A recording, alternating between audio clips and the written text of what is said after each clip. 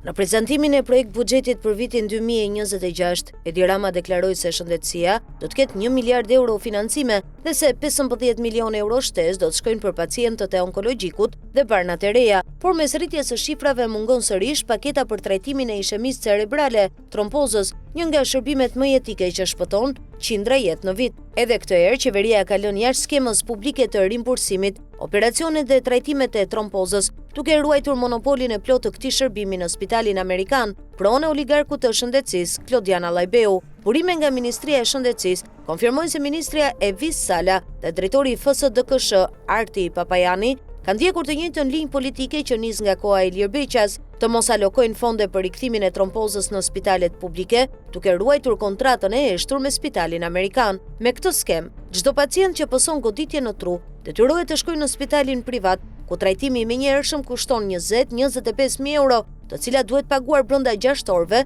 nga momenti i paraqitjes, në vend që të financojë blerjen e kateterëve, tubat që përdoren në operacionet endovaskulare për heqjen e trombit. Ministria e Shëndetësisë ka ndaluar procedurat e prokurimit, duke e bërë praktikisht të pamundur aktivizimin e shërbimit në QSUT-n, Nën Tereza dhe spitalet rajonale. Të gjitha pajisjet ekzistojnë, mjekët janë të trajnuar, por pa kateterët, sistemi publik është mbajtur qëllimisht jashtë loje. Sipas të dhënave që pamfleti publikoi më 21 nëntor 2023, spitalet e Tiranës, Durrësit, Shkodrës, Elbasanit, Gjirokastrës dhe Korçës kanë të gjitha kapacitetet për të kryer ndërhyrje të trompozës, por një urdhër i brendshëm i ministrisë i ka stakuar pajisjet që prej vitit 2015. Në atë vit Ilir Beqa hoqi zyrtarisht shërbimi nga spitalet publike dhe ja kaloi Spitalit Amerikan me marrëveshje të përvitshme, që më vonë u firmosën dhe u rinovuan nga Ogerta Manastirliu, Albana Koçiu dhe tani Evis Sala.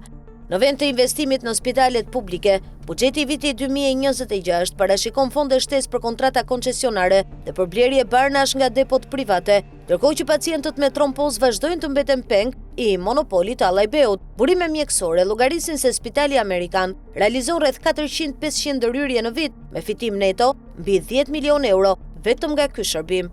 Në thelb, kjo është vazhdimësia e korrupsionit strukturor që e ka kthyer shëndetësinë publike në furnitor të interesave private.